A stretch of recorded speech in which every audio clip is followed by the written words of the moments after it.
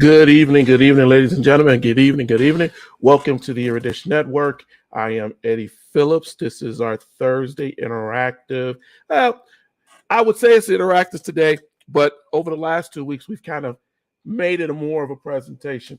Today, we're going to do part two of a series that I started last week. I know a lot of people expect me to get on here, and I'll say this as folks may or may not come online. Uh, to talk about this slap from last weekend. I I have said enough online over the last few days. You're welcome to go to look at any of our responses uh, that I've put on it about it.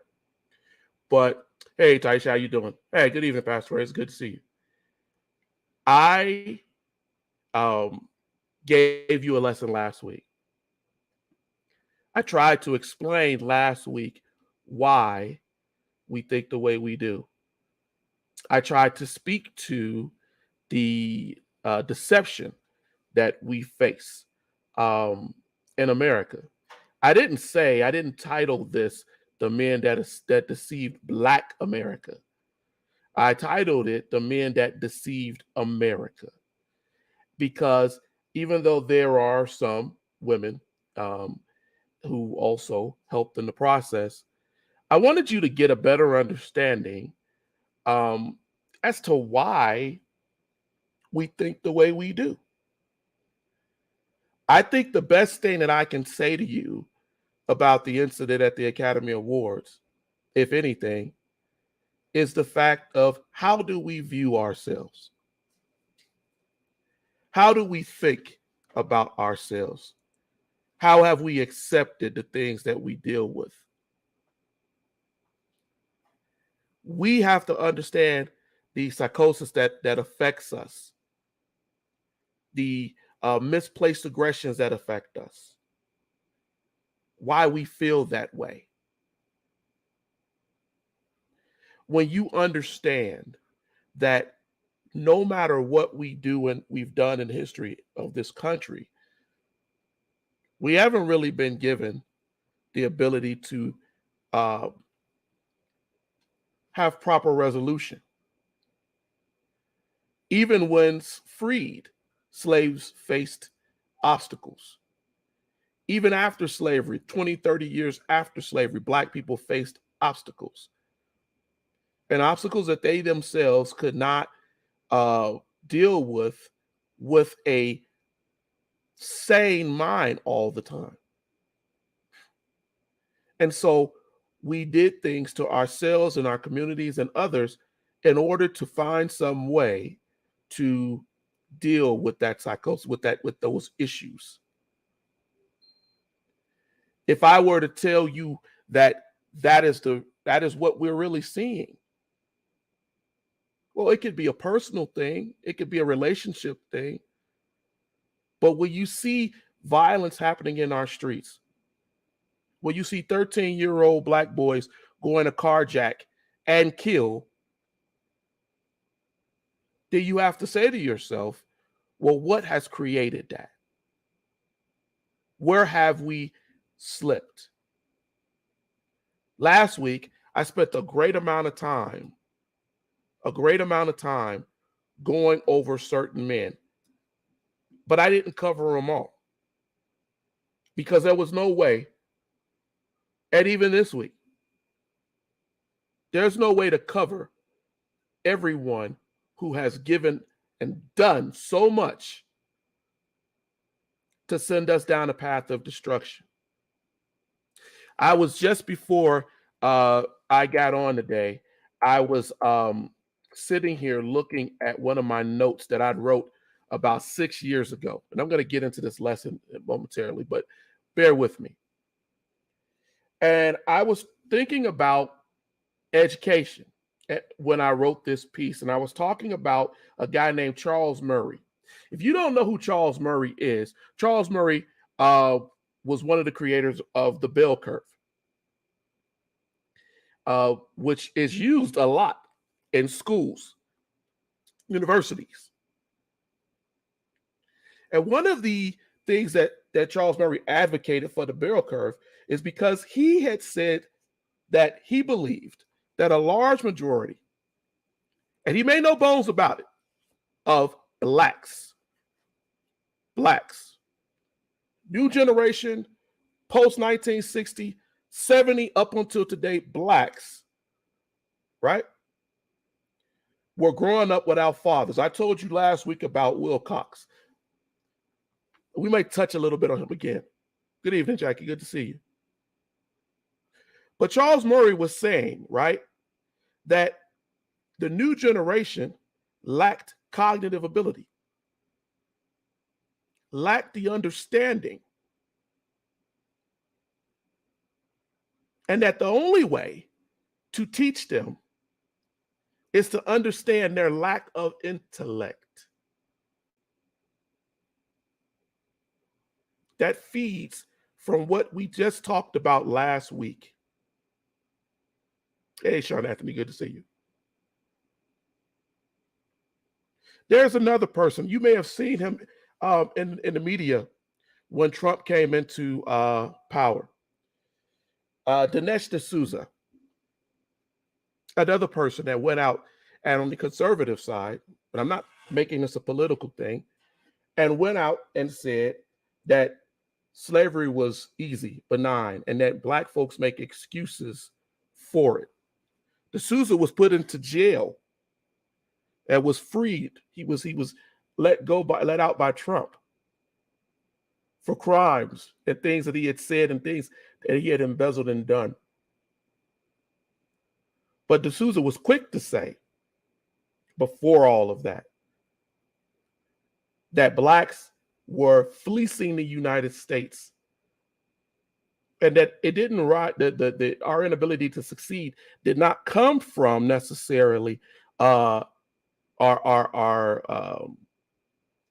criminality, just the fact that we're not really as intelligent.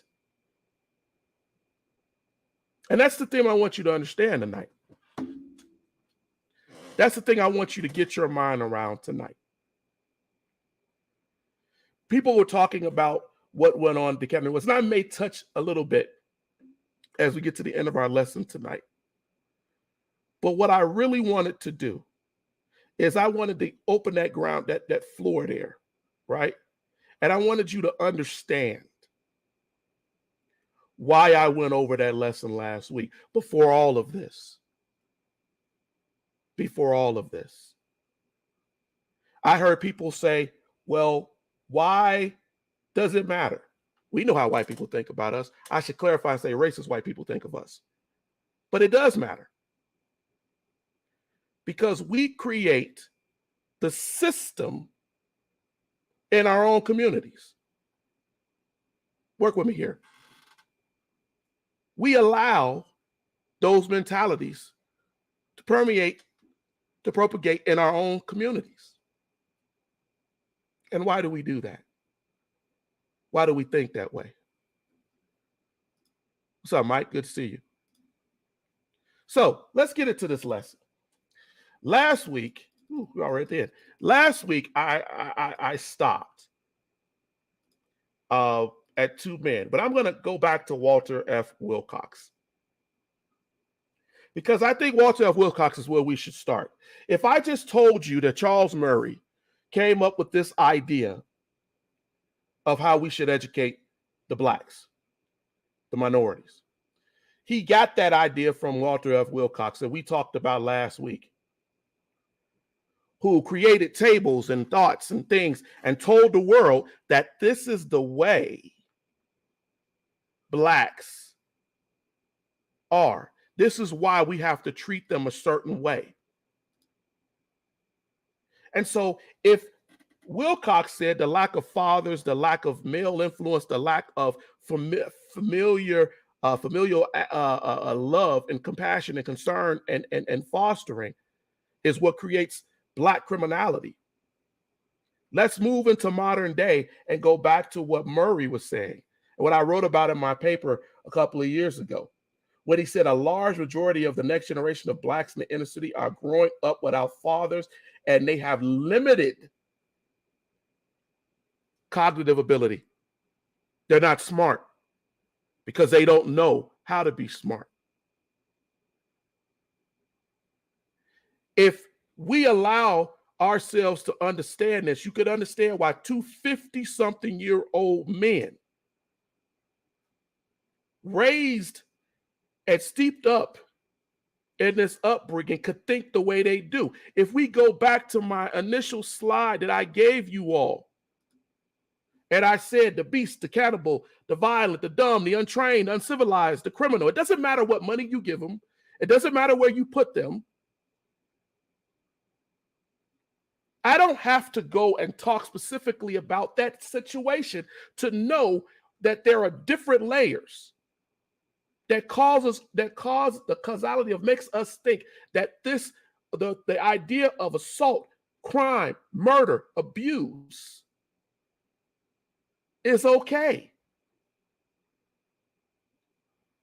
When you have been told from barely walking to barely walking that you are nothing, you are childlike, you are lazy. When our children are being told that they're dolts, brutes, and you have been told that it doesn't matter if you're a 56, 53 year, 57-year-old man, you're going to go out and enact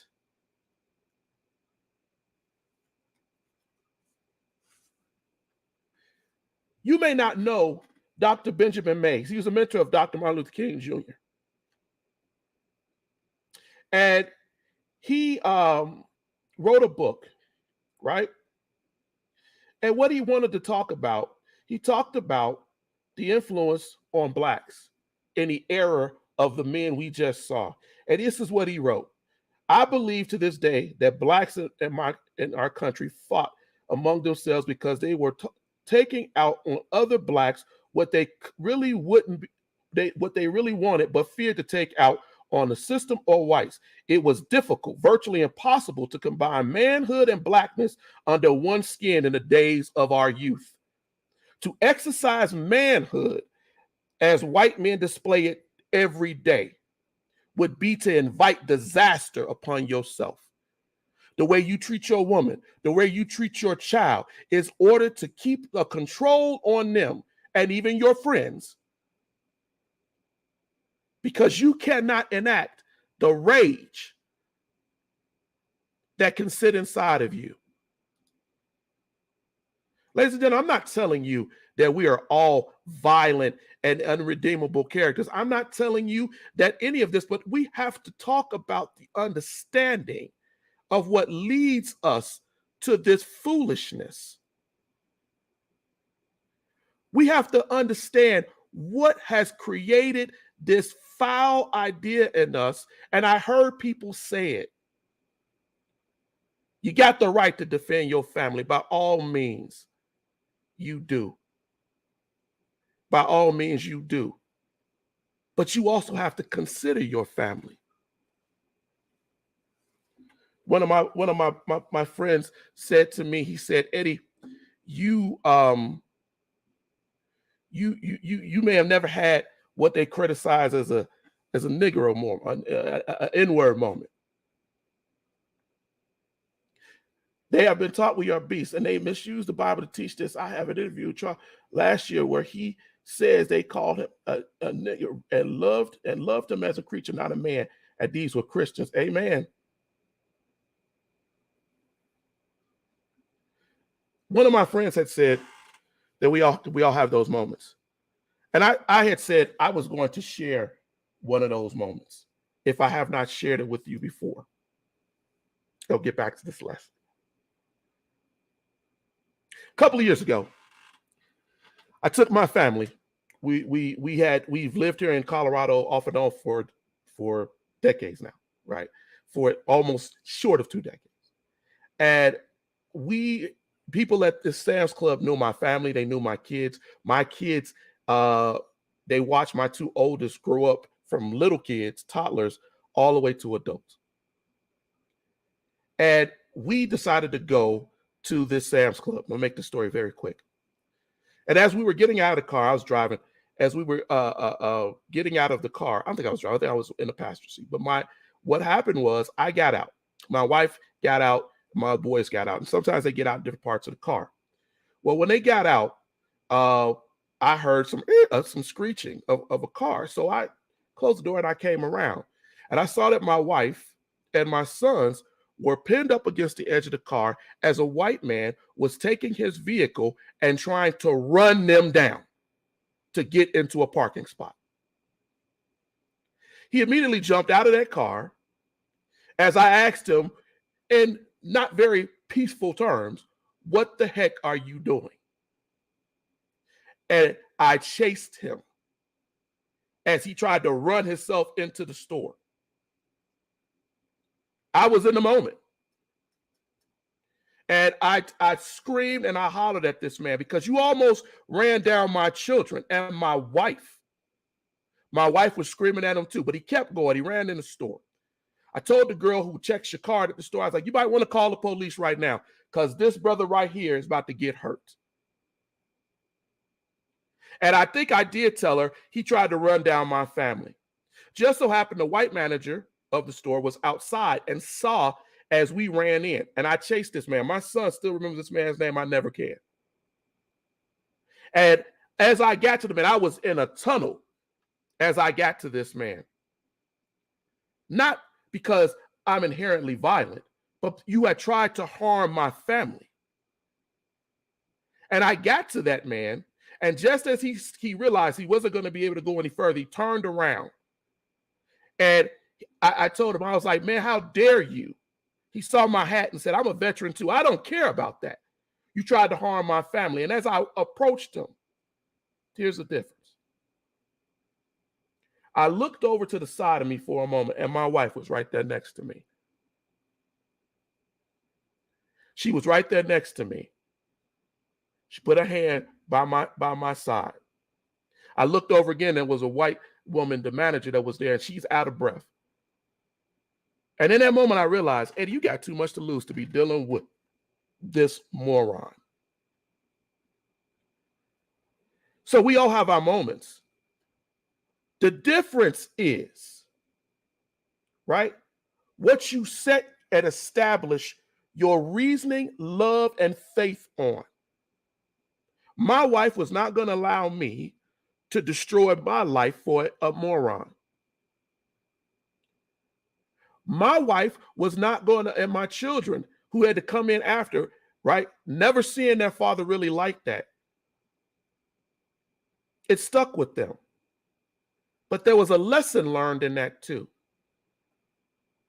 You can call it your brand, you can call it your life, you can call it whatever. Don't lose yourself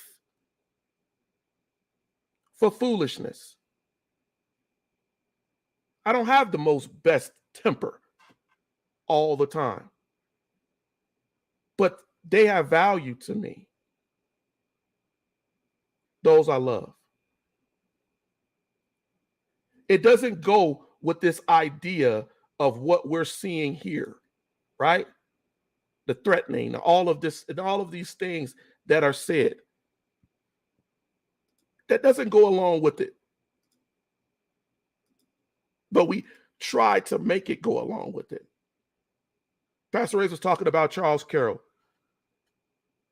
and Carlton Pearson's thought on it, where they see you as a beast, something other. Let's get into this lesson. So I stopped last week. I gave you the consensus manipulation. I gave you the psychological manipulation. I gave you the literary manipulation, where I gave you Thomas Paige and how they taught about the thriftless, angry, insolent, dishonest, lacking in morality.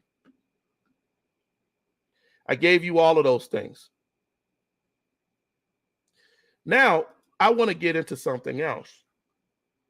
As somebody said, we know how they view us, but that doesn't mean that we need to support that stereotype. There's a difference in the fact of being a rational, a human being that feels, and being a violent person based on a stereotype. I want to talk about the presidents. I saw during the confirmation hearing that they brought up a black sister. I don't know if you all saw this. They brought up a black sister. Maybe we can get that up on here. Who made a point, right, that she wanted to get up there and challenge critical race theory. And when this sister got up here, let me answer this question. I was walking last week and received a call from Friendly. He is from Morocco and was colonized by the French. I don't know what he follows in Facebook, but he said he did not, but keeps silent. He thanked me. He then told me his story about how the French took their land. Yes, refused to allow their grandfather and father to go to school. He was allowed, but went to France for it. After he got his master's, he left. He kept emphasizing the importance of us teaching our children. We have to teach our children. It's the reason why we do this program here. We have to, even when it feels, and there are times, ladies and gentlemen, that it feels like, man, is anybody listening? Is anybody listening? There are times where it feels that way. Miss Keisha Russell. All right, I want you guys, I just loaded it on here. I want you all to hear this. This was the footage during the hearings, the confirmation hearing. And I want you to hear what this young lady says. Good morning, and thank you for the opportunity to testify. I'm a constitutional lawyer at First Liberty Institute. First Liberty is a national legal organization with a mission to defend and restore religious liberty for all Americans. In addition to being a lawyer, I'm also the daughter of Jamaican-born parents, and I'm a former elementary school teacher in Atlanta Public Schools. I'm here to explain how critical race theory may impact a judge's judicial philosophy, including the fulfillment of her oath to uphold the Constitution, as well as to remain impartial and uphold the integrity and independence of the judiciary. Critical race theory, or CRT, is a subset of critical theory that began with Immanuel Kant in the 1790s. Critical theory rejected the principles of the Enlightenment and the Age of Reason on which the American Republic was founded. Critical theory teaches that all human relationships are relationships of power between the oppressors and the oppressed. The oppressor-oppressed lens of critical theory helped establish totalitarian ideologies such as Marxism and Nazism. CRT's key assertion is that racism is not the result of individual conscious prejudices, actions, or thoughts, but rather that racism is a systemic and structural force. CRT teaches that racism is embedded in America's legal systems, institutions, and capitalist economy, and it demands whiteness as a societal norm. I will address 3 of CRT's erroneous assumptions and the possible impact on judicial philosophy. Number 1, believing that America was founded on racist ideals is wrong and incompatible with a judge's oath to uphold the Constitution. CRT proponents claim that America was founded and the Constitution was drafted to promote racism and slavery.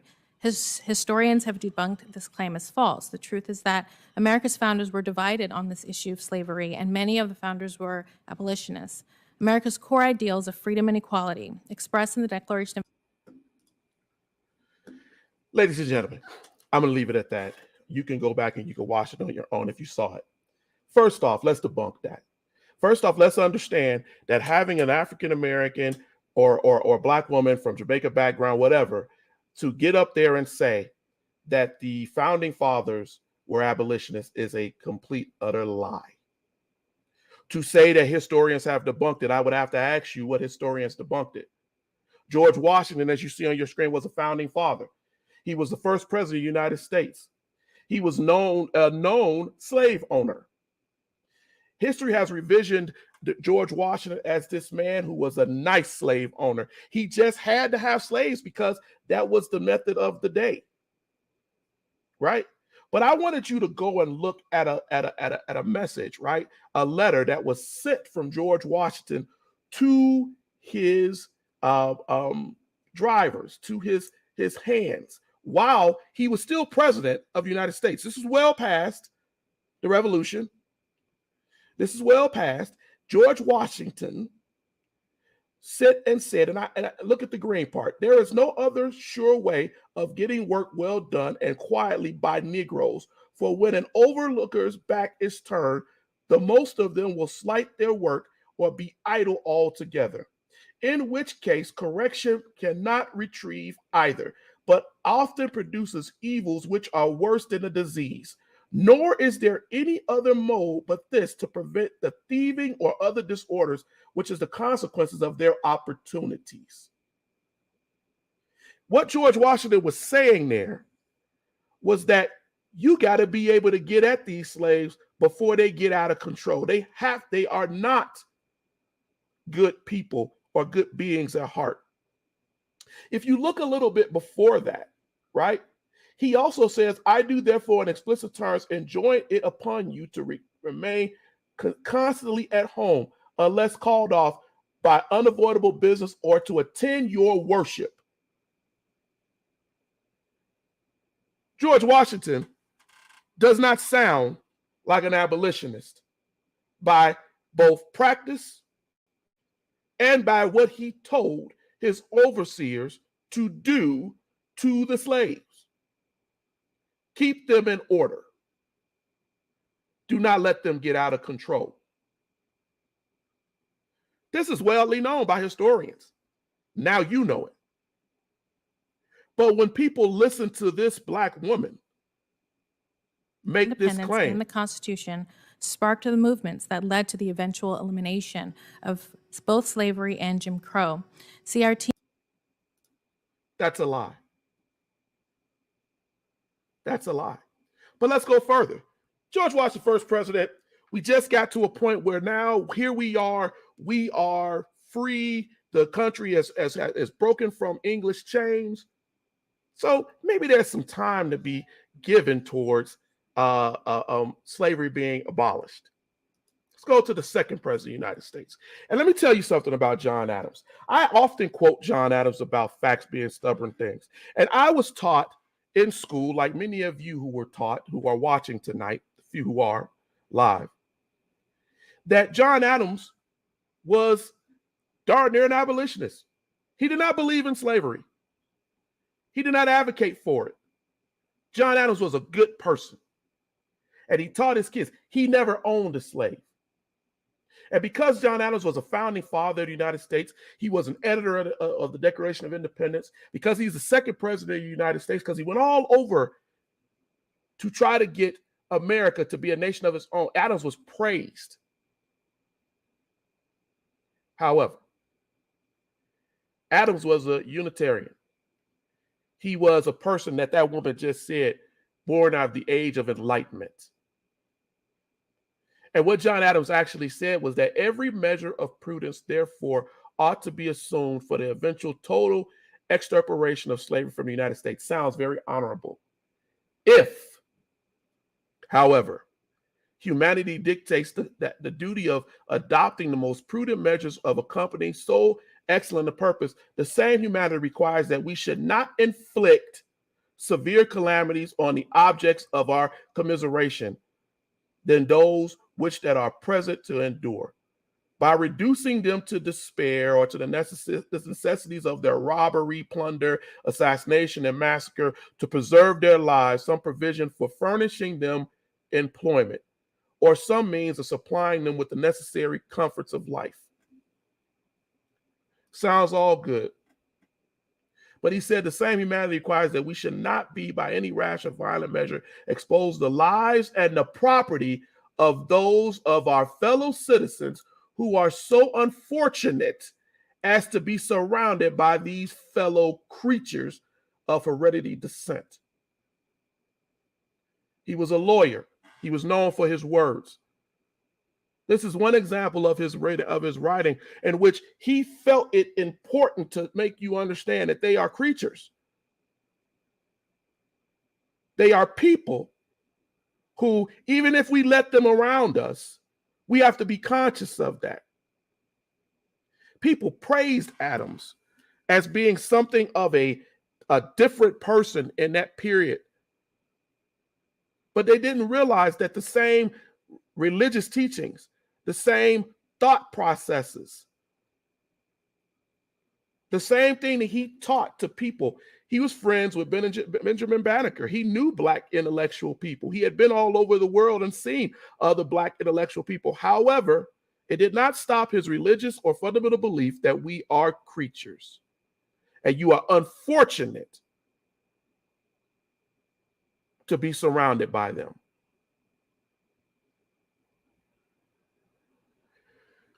Yet we teach what this young lady said here, and she is a teacher. She claimed it. And our children are provided with this trash to not question the thoughts of men who they are told to heroize and make out to be something that they're not.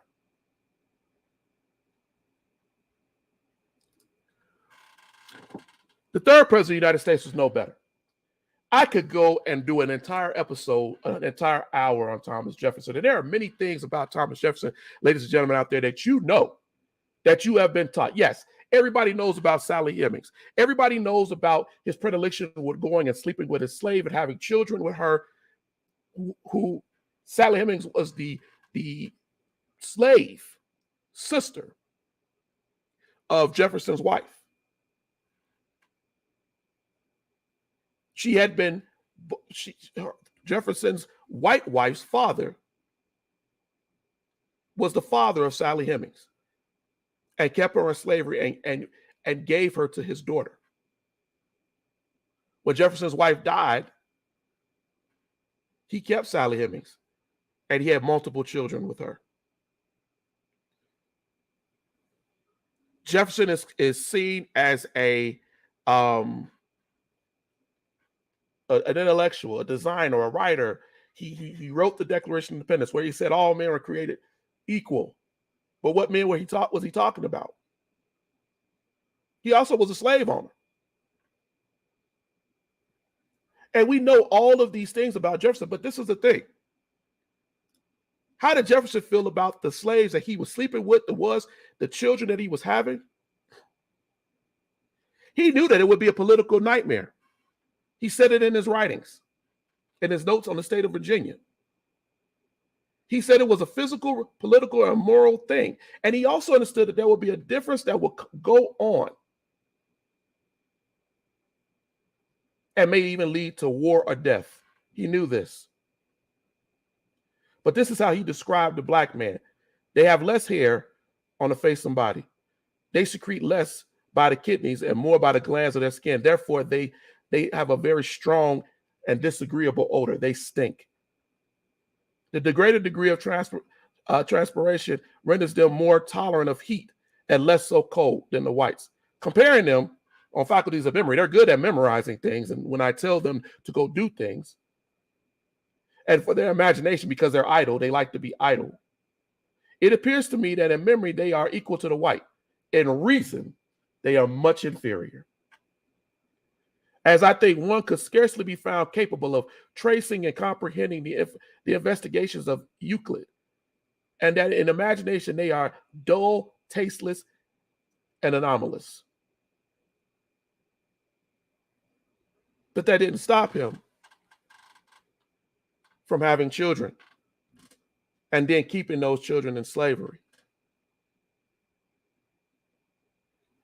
The way we are taught and the way we are taught to think, and our ancestors were taught to think, is significant, ladies and gentlemen.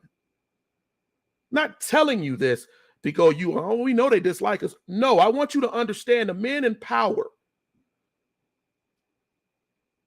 who created the system that we now live in. I want you to understand and trace the little morsels of what they did, how they inspired. These are the first presidents of the United States who she just sat there and told you today modernly were darn near abolitionists. And told you CRT is not needed because we already know that about them. Historians have already figured it out. That's a lie. James Madison. James Madison, the writer of the Constitution, he was praised too. Oh, he was a good man. Yeah, he had slaves, but he was a good slave owner. He thought that slavery was negative. He was fourth president of the United States, and he was the drafter of the Constitution and the Bill of Rights. But wait, when you go back and you pull up Madison's actual words, he had a fear of the black man. He said that black population was increasing faster than the white population because of every slave girl being expected to be a mother at the time she is 15. Most of the slaves on his property were too young or too old to work. Trying to cut costs, he sold several slaves because they refused to go away to Liberia. This was at around the time just before we were coming into the issues that led to the Civil War. Then he went on to say that people were worried because the slaves were overpopulating and the freemen, right? He makes a very good point.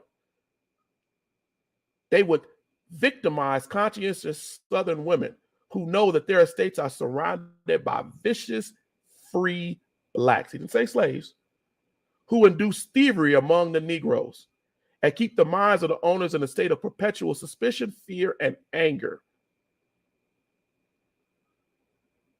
He believed that your intellect, however, could improve over time.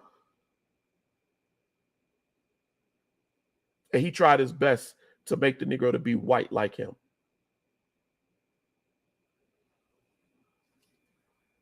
This is the man that wrote the Constitution. This is how he saw free blacks, not slaves. That they incite thievery, violence, thuggery. They don't know how to be civil.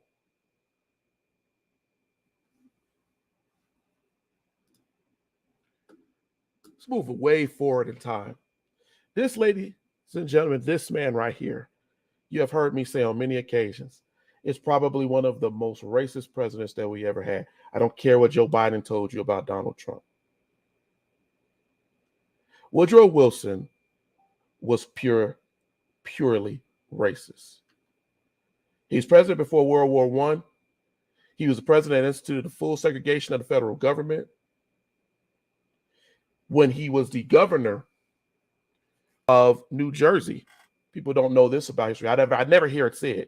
He signed the first eugenics law.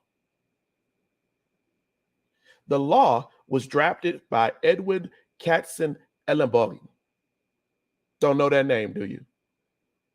Well, you do if you go and look at Nazi history, because that man later was the doctor that killed thousands of Jews in one of Hitler's concentration camps. But before that, he was writing legislation for the American government. Wilson never wanted people to not understand how he felt about blacks. He called us laboring, landless, homeless class. That we were unpracticed, unschooled. We didn't know self-discipline. We only wanted pleasure. Insolent, aggressive, sick of work, lazy, covetous of pleasure.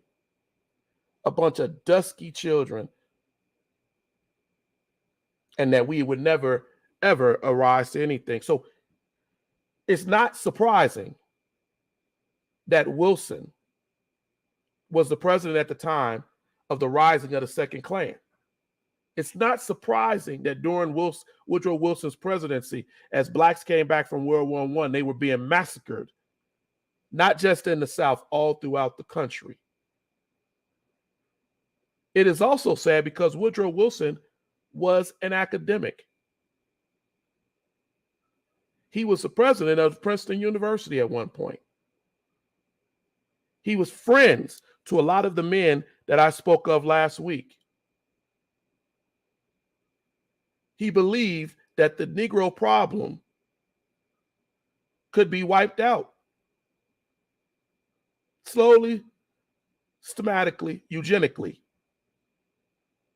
He supported euthanasia. He supported sterilization. He supported these ideas, and his writings show it. And as the president of the United States, he did nothing to stop the violence. But yet, history remembers Wilson in a very good way. FDR, Franklin Delano Roosevelt, praised him. His wife, Eleanor Roosevelt, who supposedly was a friend of the black man, praised Wilson as at heart a good man, even though Wilson loved the Klan and racial violence. One of Wilson's schoolmates, buddies, is Thomas Dixon. Now, if you don't know who Thomas Dixon is, most people tell me all the time that they talk about Birth of a Nation, and they know that movie. But they don't realize the Birth of a Nation was based on a book written by Thomas Dixon called The Klansman in 1905. Dixon was an unapologetic educator, but by his own determination, not racist. He just understood that the blacks should not be treated in the same way that whites should. And then if you read his stories in which he said, and this creature, half child, half animal, the sport of impulse, whim, and conceit, placed with a rattle, tickled with a straw, right? But I like when you go up at the top or even in that, where he said that this black man lived as his fathers lived, stole his food, worked his wife, sold his children, ate his brother, content to drink, sing, and dance, as sport as the ape.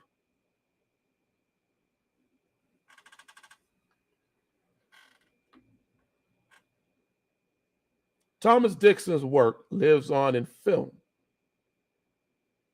Thomas Dixon's writings live on in publication. Thomas Dixon's writings and the books and the things that are put out by people are still utilized today, ladies and gentlemen. When someone asks me about the slap, when someone says to me that, well, Eddie, it's not really that serious. I have taught people and been around people all over the world. I don't say that to be braggadocious. I'm telling you that because that's a fact. And one of the things that I learned from the people all over the world was that what you see in the papers and in the feeds that come out of America affect the world. Black kids in third world countries, people who barely have a television, watch us, see us, and they think to themselves, right? They say to themselves that, this is what they're doing. But the truth of the matter, ladies and gentlemen, we act like our influence, now I'm talking to you, Black America, is just based in the United States. Because we only see our isolated selves. We only see what we do here and not realize what we affect everywhere. We don't realize that. We don't accept that.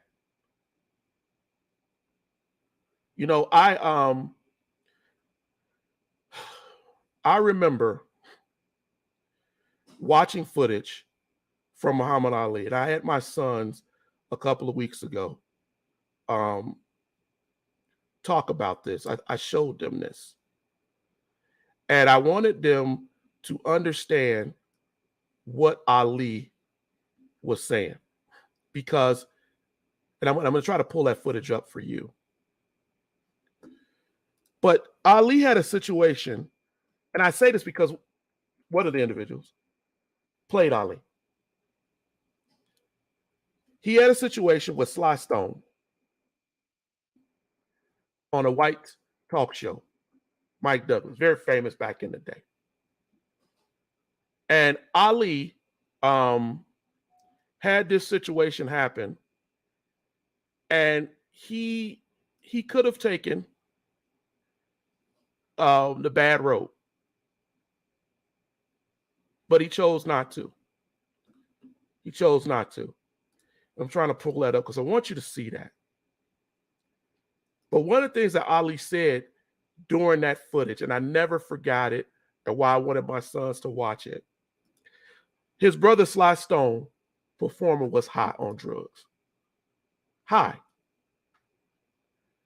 And Ali felt that I'm not going to get into this on this television show. I'm not going to get into this with you, Sly. And two brothers fighting in front of these white folks, as he said. And he handled it. This is a world-class boxer. Sly Stone was grabbing on him, being ignorant, cutting him off while he was talking to white people. And Ali kept his composure. And you might say to yourself, well, that's back in the day. Can you imagine how that felt? Because we're talking about post-1968. We're talking about all of the lunacy that was going on, the burning downs of the cities because of the black militant movement. We're talking about Vietnam. And it's easy to get angry. It's easy to get very angry and fight because somebody said a word, or some brother embarrassed you, or some brother or sister did something. But you know what? I love his words, and I'm trying to get that up. Because what he told him is, we're not going to act like niggas out here.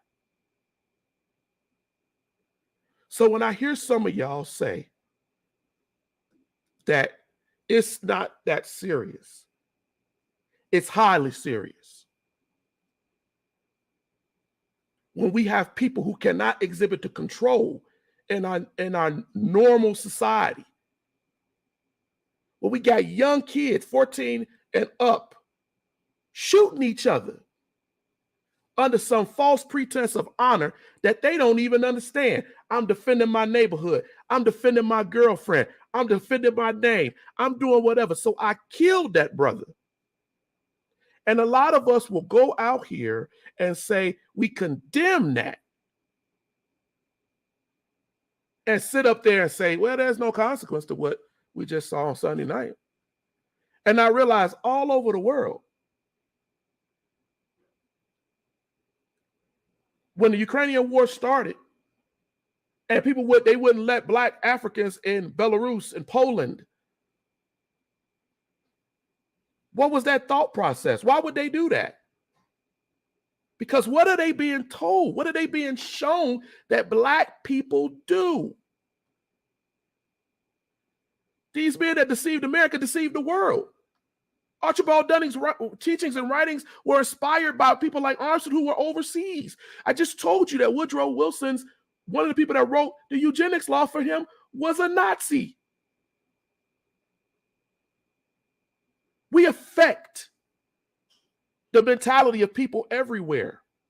And if you've never walked out of this nation and visited some other place and see kids come up to you and rub your skin because they think that the Black might come off.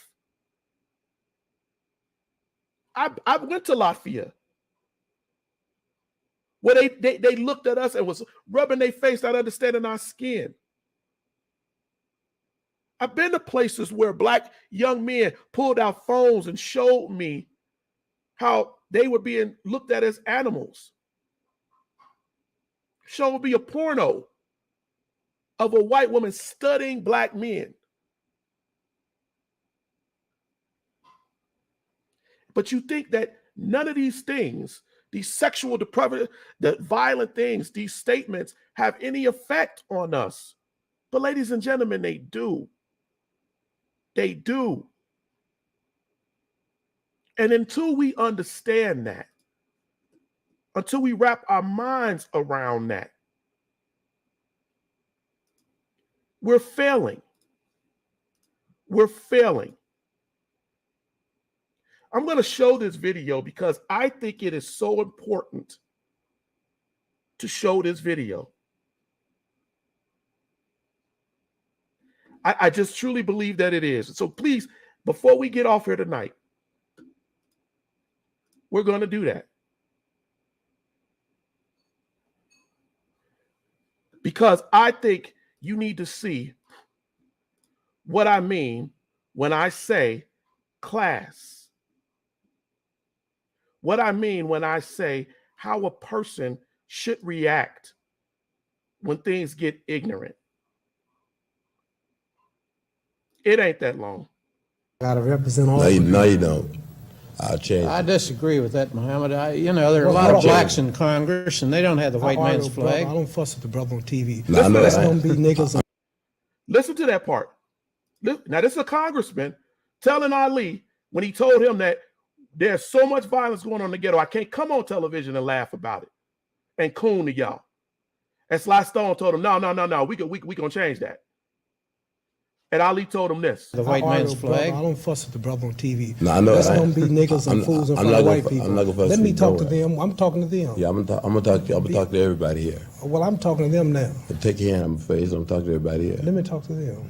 I'ma They talk- asking me questions. I brother. understand. This is our problem. I understand. You understand? We got to get together. We're not gonna. And I don't think politics have a problem. I'm talking to brothers. No, but I jumping want in. to change the color of the flag. I'm serious about I'm it. not okay. You talk about the flag over your head. If we gonna change the color of the flag, okay. Ladies and gentlemen, that's frustration. We all deal with it. Before that, Sly had grabbed on his brother. He got out there before Ali got out and said, I'll whoop him. They thought Ali was supposed to come on and basically promote a fight, the Foreman fight. And Ali said, I'm not here to clown. It's too much. I'm going to show you another part of this that I added to this clip.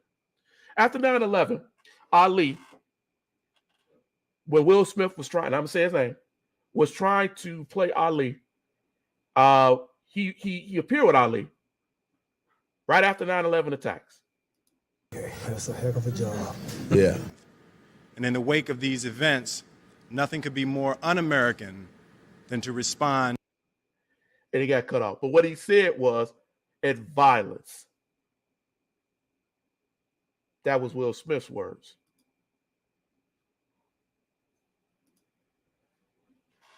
We have to learn from our ancestors. We have to learn from what we are taught in our churches, in our homes, in our social get-togethers. We got to do better. And everybody is living with these lies. The lesson tonight, as I went over these men with you, and this ain't even all of it, ladies and gentlemen, but as I went over these things with you, the lesson tonight is about us being better, doing better. We answer some of these things that I may have missed. History is often diluted by hearsay and secondary sources, while the primary sources are ignored and they are deemed harmful, therefore creating a myth that is easier to accept. Create a better myth. That is true, my son. They create a better myth, a better lie.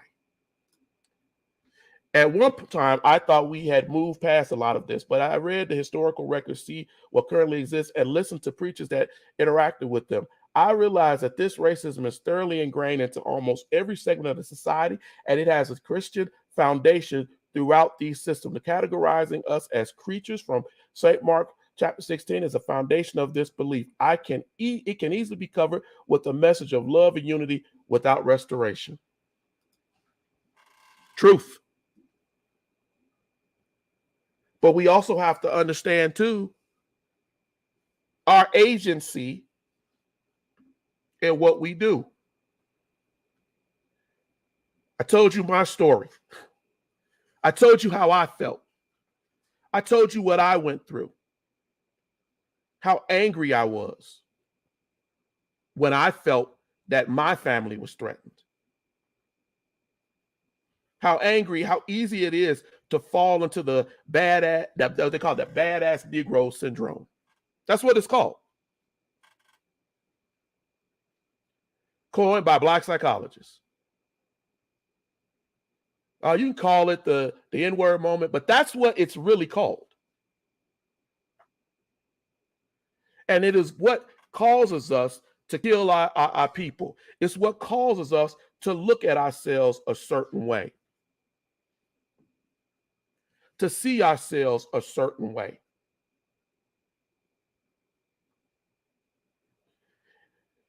Even in our comedy. Let me touch this last few moments here. So we started 4 minutes late. Let's talk about our comedy. We tell ourselves that everything everywhere is comedy material, and that is true. Everything can be laughed at. Initially, when the slap happened, most people laughed. I laughed. But when you pull back, you have to hear the pain and the ideas and the conditioning and the thoughts that affect us. I pulled a couple of jokes. Kevin Hart, very popular comic. Mean no harm to Kevin, but this is one of the things he said. We know how you when you have lost a fight with your woman, when the cops come to your house and ask you, do you want to press charges? Everybody laugh, but what is he really saying? There was another joke. Eric Spears said, I really want to ask white people, why don't y'all beat y'all kids? Beat them, whoop them, beat them MFers. Y'all give y'all kids all the time and outs in special places. Why y'all don't beat them like they beat us? To a black child, we get beat to a coma.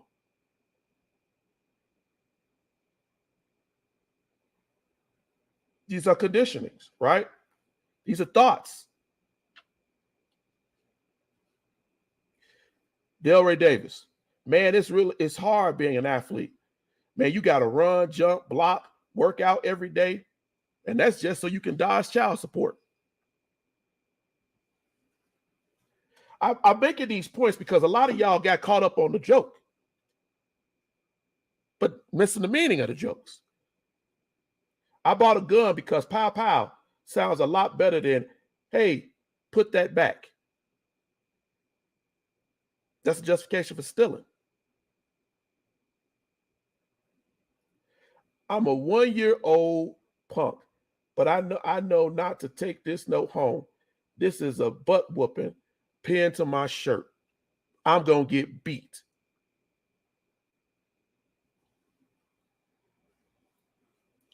Females do it too. Cheryl Underwood, who got up here and was talking about how what's name's wife was, she made some racist comments. Wait a minute, this is her comedy here. I got caught in bed with my best girlfriend, Peach's man, and that woman gonna get mad at me, talking about, Cheryl, what you doing? I said, girl, I'm trying to help you. This nigga said he don't get no whatever from you. He gonna leave you. He gonna leave you. And I'm a real good friend, so I'm gonna be down and I'm gonna give it to him. Comedy is pain. That is truth. But at the heart of all of this, ladies and gentlemen, if a joke is made about a black woman, but comedians have been doing this for years and y'all laughed at it. We all laughed at it. But now we serious. Those jokes are said at our expense and on our expense. And yet, we go further by perpetuating violence. Assigned to what you saw of these men here. I'm at my hour. That was a lot to unpack. So, if you felt that this lesson, this here, was of value, share. People keep asking me about money. Every episode of Erudition, we put a ticker across. You could greatly, honestly give through our Cash App. We will greatly appreciate it. But the biggest thing that Erudition needs from you is for you to share.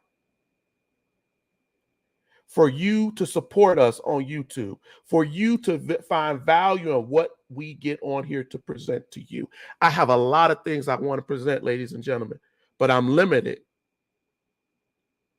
Help me to educate more people.